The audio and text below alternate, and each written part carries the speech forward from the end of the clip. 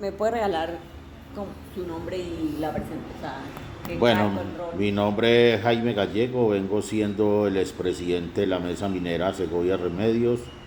Hasta abril fui el presidente y él también hasta abril fui el presidente de la Mesa Minero Agroambiental del Nordeste Antioqueño. Actualmente estoy como asesor aquí de la Mesa Minera, esperando ya hasta el próximo mes de marzo, que camino coge pues si nombra nueva junta directiva y quedamos pues de nuevo en la junta. Ah, pero tiene aspiraciones. Eh, la ancestralidad se da porque en Segovia hace más de 200 años, desde los tahamíes, los indígenas, viene una ancestralidad de estar trabajando la minería artesanalmente. Ha evolucionado y eso se convirtió en una región, una tradición, porque desde los ancestros, los abuelos, ya los nietos, los hijos, los nietos, los sobrinos, todos se volvieron mineros y se volvió una tradición. Tradición que en Colombia nunca pusieron los ojos en este gremio, a pesar de que es uno de los gremios que ha generado país, que ha generado desarrollo económico para el desarrollo de Colombia.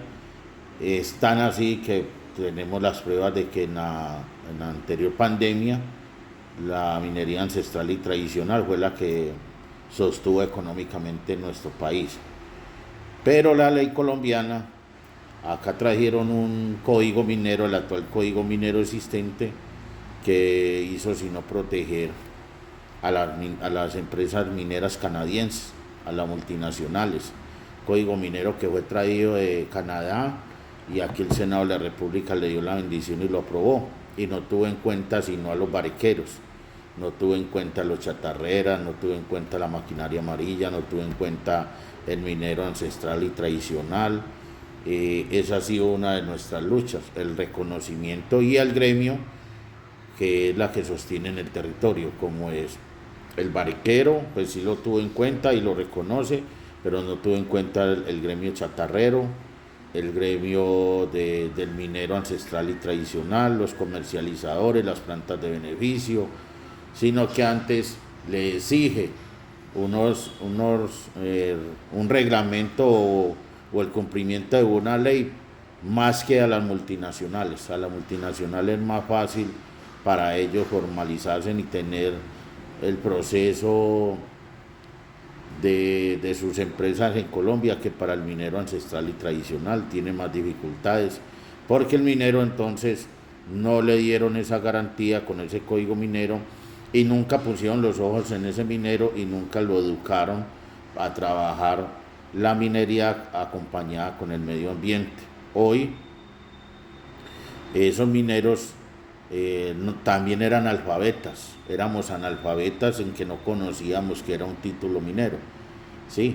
Cuando ya el minero despertó, se dio cuenta que era tener un título minero, porque tradicionalmente se trabajaba que con el permiso del territorio, del terreno, de la finca, es que supuestamente se formalizaba. Y mentiras, cuando el minero ya se dio cuenta que era un título minero, ya toda la soberanía de Colombia era entregada a las transnacionales, ya no había áreas para nuestros mineros.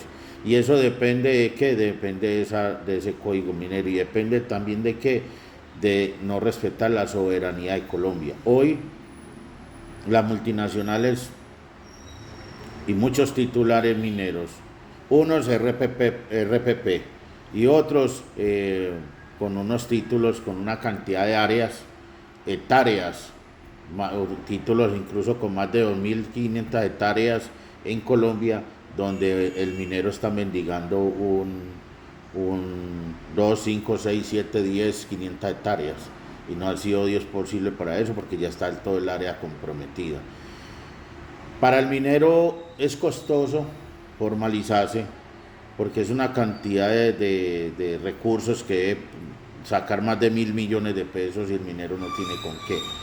El, Hoy las multinacionales ofrecen unos contratos de operación en algunas partes, pero es la esclavitud del siglo XXI para esos mineros. ¿Qué es lo que nosotros necesitamos en Colombia? En Colombia necesitamos, porque debido a la industrialización de la minería, ya hoy la minería el oro no lo conseguís a 1 o 2 metros de profundidad, ni en el río, ya tiene que ser muy profundo, y ahí donde se necesitan la maquinaria amarilla, necesita industrializar.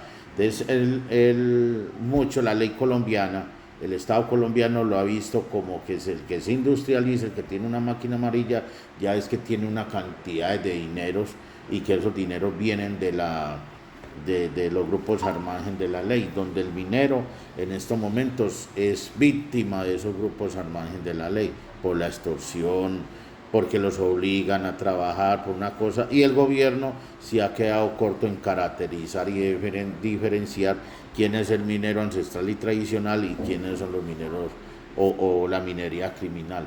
Es más criminal aquellas multinacionales que han dañado ríos, que han desviado ríos, que han dañado la región, que han hecho daños ambientales que un minero ancestral y tradicional. El minero ancestral y tradicional no es criminal, sino que es víctima de esa falta de capacidad del Estado de saberlos diferenciar y caracterizar. Y esa falta de la fuerza pública también, de la capacidad, la falta de la fuerza pública, de también ellos con su supuesta inteligencia, porque la inteligencia opera para algunos y para otros no han podido ellos reconocer quiénes son los mineros criminales, sino que generalizan a nuestros mineros ancestrales y tradicionales. Entonces aquí los más depredadores han sido los multinacionales, son más criminales del medio ambiente, son más criminales en el sostenimiento de la fuerza de los grupos al margen de la ley, son más criminales en la forma de evadir impuestos y de no pagar la inversión social que prometen en el territorio. Y aquí lo que se necesita es una política, una fiscalización verdaderamente de la minería a estas multinacionales que realmente sí estén cumpliendo con los requisitos de sus títulos mineros, y también que a esas multinacionales que tengan tantas hectáreas que no lo utilizan, no las exploran ni las explotan, también se les áreas que liberen áreas para nuestros mineros ancestrales y tradicionales. Si no hay áreas, no sería la solución, porque vemos que le exigen el certificado de origen de a dónde viene el producto del oro, y el minero no tiene a dónde certificar, y esos proyectos o esos contratos que ofrecen las multinacionales no es beneficiario para el minero. Entonces aquí lo que se necesita, cómo buscar las condiciones para una vida digna que que reconozcan a nuestros mineros ancestrales y tradicionales toda la cadena productiva. Tuvo que ser con medio de una manifestación aquí en Segovia, en el 2015 o 2016, si no estoy mal, que logramos que el 2016, una manifestación que logramos el reconocimiento de la chatarrera. Fue por una manifestación, un paro aquí en Segovia, que se logró ese reconocimiento. De ahí no hemos podido que a nuestros mineros nos lo reconozcan. Dicen formalizar unos mineros, pero resulta de que digamos en el caso de Segovia, la multinacional da unos contratos de operación, y digamos a 2 personas le da un contrato de operación, y la multinacional sale diciendo formalizamos 400, 500 mineros. No, porque ese contrato de formalización que le dieron a esas 2 personas, formalizaron a esas 2 personas, un monopolio de 2 personas que vienen del poder político y económico en Colombia, que tienen la rosca en la multinacional. Y ellos no formalizaron, sino que esas 2 personas le dieron trabajo, 4, 5, 300 o 500 personas, le dieron trabajo a las personas, pero no la formalizaron a esas 2 personas, a ese proyecto. Entonces es una falsa decir que formalizaron 300, 400 mineros en Segovia, donde formalizaron sino 2 personas, que vienen del poder político y económico del país. Ese cambio Colombia lo tiene que dar, ese cambio de una política pública lo tiene que dar con beneficio al barequero, al chatarrero, al comercializador, al transportador, al arriero, y a nuestras plantas de beneficio. De lo contrario, si no hay liberaciones de áreas, si no hay ese reconocimiento, si no se hace un trabajo en ADIAN, si no se hace un trabajo desde el Ministerio de Minas bien estructurado, que tenga el reconocimiento a ese gremio que ha sostenido y que ha llegado y que ha logrado sostener el país, no tenemos ninguna garantía nosotros de ahora en adelante. Hoy el gobierno, porque nosotros fuimos partícipes, la mesa minera, de la estructuración a la propuesta de la reforma del Código Minero. Pero aquí hay una indiferencias o inconformismos en otros sectores. ¿En cuáles los sectores? En el sector de los partidos tradicionales que están presentando otro proyecto a otra reforma al Código Minero que vienen acomodados a favor de las multinacionales. Entonces ahí como que el gobierno actual, presidente, queriendo reconocer esos mineros ancestrales y tradicionales, y los partidos tradicionales con su poder político y económico, la multinacional en el país, queriendo que aprueben otro proyecto de reforma al Código Minero a favor de ellos. Es muy difícil en estos momentos, y más cuando el presidente quiere, pero el poder político en el Senado no quiere. Quiere acomodar a favor de la multinacional. Y en esa reforma sí lograron incluir...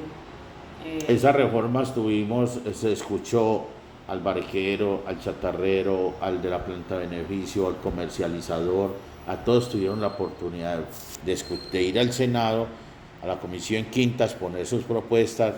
De esas propuestas se recogieron y está a punto de presentar el proyecto al Senado. Pero a los 15 días de nosotros haber socializado ese proyecto fue donde nos citaron a que fuéramos a la socialización del otro proyecto. Nosotros no fuimos porque analizamos, se estudió con los asesores ese proyecto y es a favor de la multinacional. Es que es muy difícil así, que un presidente quiera formalizar nuestros mineros, y que las multinacionales lo que ofrecen son contratos de operación, pero son la esclavitud del siglo XXI. Ahora, es como el gobierno también llamar a cuentas a esas multinacionales y como también mirar ese proyecto de acuerdo o es una minuta de un contrato de operación que sea asequible para los mineros ancestrales. Hoy tengo que sentarme con ellos porque de parte de la senadora Isabel Zuleta, esta semana, el sábado, me llamaron y me están pidiendo una minuta porque hay unas conversaciones con una multinacional por Bogotá, todo eso. Entonces nosotros presentamos una minuta con unas propuestas que nosotros tenemos de una fórmula a esos contratos. Entonces, ella ya tuvo unos diálogos para ir con la multinacional y el gobierno, y al parecer están pidiendo como esa fórmula que nosotros tenemos, porque es una fórmula muy minuciosa que fue estudiada según los gramajes, según el gruesor de las vetas de Segovia, se acomoda el territorio. Nosotros esa fórmula la presentamos ante el gobierno y el gobierno la aceptó, pero ya cuando la aceptó nos dijo, pero es un problema entre ustedes, entre privados, hasta ahí llegamos. Entonces es muy difícil así, desde que, y más acá en Segovia, que es un RPP, dueños del suelo y su suelo. Entonces es muy difícil así. Necesitamos esa política pública y una buena fiscalización, porque también hay que revisar que desde la Secretaría de Minas de Antioquia ellos han actuado y han trabajado es a favorecer a esa multinacional, porque tenemos pruebas de que, por ejemplo, hace año y medio a nosotros nos mandaron una lista de mineros que habían solicitado áreas para sus títulos y nunca le respondieron. Y vamos a ver, ya muchos mineros de esos no los ubicamos y otros están muertos, porque son solicitudes de hace 15, 20 años. Entonces mire que no ha operado bien la Secretaría de Minas, pero la multinacional está en menos de 2 meses o 3 meses y le sale todo. Entonces, sí, hay que también ponerle pilas a esa Secretaría de Minas de Antioquia, que ha sido un fortín de reconocimiento, pero a favor de las multinacionales, no para los mineros ancestrales y tradicionales. Otra pregunta, ¿la tradicionalidad usted ¿Se le da al trabajo o al oficio como tal o a la persona? A las dos, al trabajo como tal y a la persona. Lo que pasa es que, como te digo, no ha habido reconocimiento y más aún no ha habido una educación. Se gastaron una millonada del país, digo, ahorita cuando sacaron la ley de mercurio para una transformación de unas tecnologías limpias para el cuidado del medio ambiente y se fue todo en palabras, en que venía usted aquí, cogía el listado de asistencia para justificar que estuvo en la reunión, que tuvo una reunión orientando a los mineros, pero es para justificar los viáticos y contrataban empresas para justificar que hicieron el trabajo. Pero se gastaba una millonada y a los resultados, ninguno. Antes el minero Segovia, en la actualidad, tenemos un certificado del 2019 que el minero aquí en Segovia ya se abajo en un 75% del mercurio, como el minero empíricamente, prácticamente. Es poca la asesoría, no ha habido asesoría del gobierno, sino que el minero, cuando empíricamente se ha quedado un poquito corto, él contrata a un ingeniero o a alguien para que le ayude, pero más que todo empíricamente. Aquí se inventaron la retorta, que recuperaban casi el 99% del mercurio, pero no le dieron no le dieron una licencia a esa retorta. ¿Por qué? Porque no se lo inventó la Universidad de Antioquia, no lo inventó la Universidad Nacional, sino un minero empíricamente. Vea, ese es el certificado. ¿Eso es copia?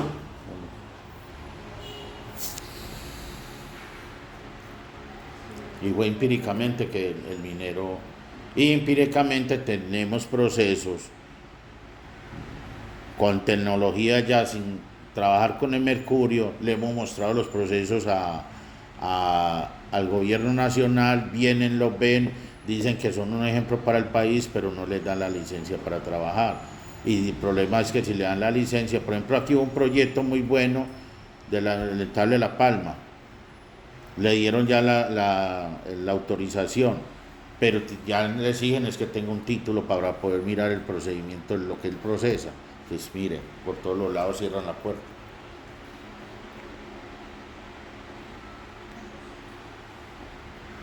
Y otra de las desventajas es que cuando un minero empíricamente está haciendo las cosas bien, ¿por qué no le dan la licencia y por qué no le dan la autorización? Es para seguir diciendo de que son ilegales, de que no cumplen con la ley y la única planta que cumple son la de la multinacional, para tratar de obligar a que los mineros les lleven todo el material allá. Es un conflicto de interés total. Mientras eso siga así, mientras Fiscalía, Procuraduría, todavía parte del gobierno, de la Secretaría de Minas siga así, a favor de ellos, nunca nos van a reconocer a nosotros. Tenemos que hacer una política pública realmente que realmente trabaje y que todavía hay funcionarios que trabajan a favor de ellos. ¿Usted por qué cree que ya han pasado 22 años y no se ha podido todavía hacer esa modificación a un código? O sea, ¿cuál cree que sería como la razón de fondo? ¿Qué? O sea, que el código es de 2001, han pasado 22 años y de que hoy todavía no se logre lograr esa modificación.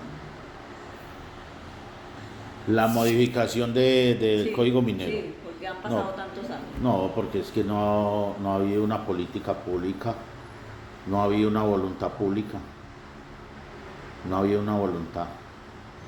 Se apoderaron las multinacionales. Entonces, como hay negocios, las multinacionales apoyan políticos, les patrocinan sus campañas, ¿sí? Y ya los ponen a trabajar para ellos y ellos mismos montan su gente que los ayude a... Entonces nunca va a haber eso. Complicado.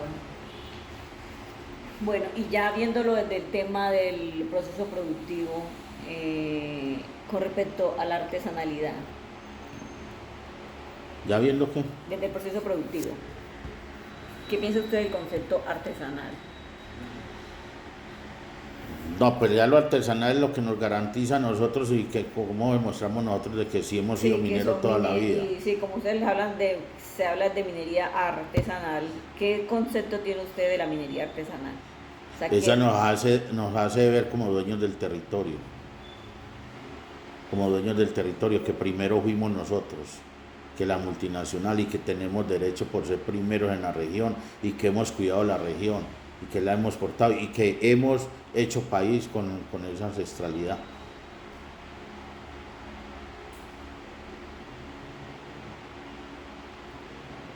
así es. ¿Usted cómo ha visto el tema de la conciencia ambiental en los años que usted lleva eh, conociendo el proceso minero acá? El minero quiere, el minero quiere trabajar y está trabajando con el cuidado del medio ambiente. De hecho, mire ese certificado. Y de hecho hay proyectos en la región que ya no trabajan con mercurio. Como mesa minera, por eso la región del nordeste antioqueño la llamamos y nos estábamos nosotros también en la tarea de cambiar el nombre de la mesa minera Segovia Remedio, pero la regional de 10 municipios en el nordeste la llamamos minero agroambiental. Sí, porque estamos diciéndole a nuestros mineros, trabajemos minería con el medio ambiente y la agricultura. Y hay proyectos que tenemos en la región que podemos demostrar. Nosotros tenemos un proyecto en la floresta, que con el mismo agua de la mina cultivan tilapias. Y es asegurada no con tablones de madera, sino con tablones de plásticos. Y hay caña, alrededor hay árboles frutales, hay caña. Aquí los retreros lo hemos orientado, recuperemos el territorio y eso están haciendo. Entonces el minero tiene ese chi, está cambiando de chi. Lo que pasa es que no hay una seguridad jurídica. No, Porque yo te digo, mire la planta que yo le estoy diciendo, es la mejor de la región, de las mejores del país, pero no hay una seguridad jurídica. Entonces, yo puedo decir, yo quiero convertirme como la planta, como esta planta La Palma, pero si no tengo una seguridad jurídica, entonces voy a invertir. ¿Para qué? Para perder. ¿Cuánto no invirtió ese señor? Que ha perdido plata con errores. Ya si este celular usted lo fabricó en 2.000 millones de pesos, yo voy a fabricar este mismo celular y me va a valer 1.000 millones de pesos. ¿Por qué? Porque primero tuvo errores. Entonces ya este señor me va a enseñar a mí que no ha sido egoísta, que él dice que le enseña a la gente cómo que ya no van a tener errores, va a disminuir. Pero si fuera esa planta, la hubiera construido, la hubiera orientado a la Universidad Nacional, le digo pues que ya tuviera la licencia. Pero como no es una universidad... ¿Cuáles son como lo que le dicen que no aplican? O sea, ¿por qué no la formalizan? Porque la misma, mire Corantioquia le orientó hasta el final. Le hizo comprar unos terrenos para tirar los desechos. Ya cuando él cumplió con lo que Corantioquia le dijo y cumplió con el terreno, ya Corantioquia le dijo que le salió otra patica, que ese terreno después de haberle orientado, que le visitó y todo, que no le servía. Entonces, si las mismas autoridades le ponen la patica. A mí me exigen. Yo compro con todo. Pero ya cuando compro con todo, ya me inventan otra cosita. Pues miren. Y eso que hace 2 años, hace 2 años fue que logramos, o 3, logramos que Corantioquia le diera la licencia a esa planta. Pero ya tiene el problema de que le están exigiendo que el material que él saca de ahí, de a dónde es, que el título, que el origen. Entonces mire, casi muy difícil. Y los retreros en estos momentos tenemos zona por aquí, están recuperando. Y les decimos, cuando empiecen a trabajar, hagan una charca aquí, después para acá, cosa que cuando salga en el río, llegue limpia. Y cuando termine, recupere, si eso han estado haciendo. En otras zonas no lo hacen. En la televisión muestran todo lo que me trabajaba anteriormente en el Chocó, en el Bajo Cauca, que no recuperaban, y de eso ahora nos vienen estigmatizando y criminalizando. ¿Cuánto no ha dañado el río Minero GCA? Mire ese daño ambiental aquí entrando a Segovia. Y tenemos una acción popular que la ganamos. ¿Y quién la hace valer? No, hoy es posible. Sí, es un tema, o sea, usted siente que es el tema de los conflictos y el favorecimiento hacia ciertos grupos. Es complicado.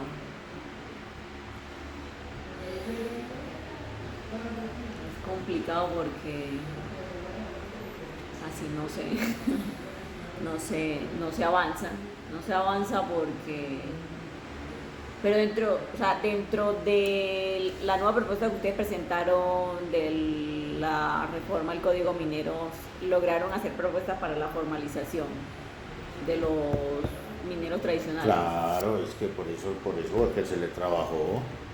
Es que no le digo, se escuchó al bariquero, al chatarrero, al minero, al comercializador de oro. Grandes comercializadores de Antioquia, estuvimos con ellos en el Senado, en la Comisión Quinta, y ellos tuvieron la oportunidad de expresar todas sus propuestas.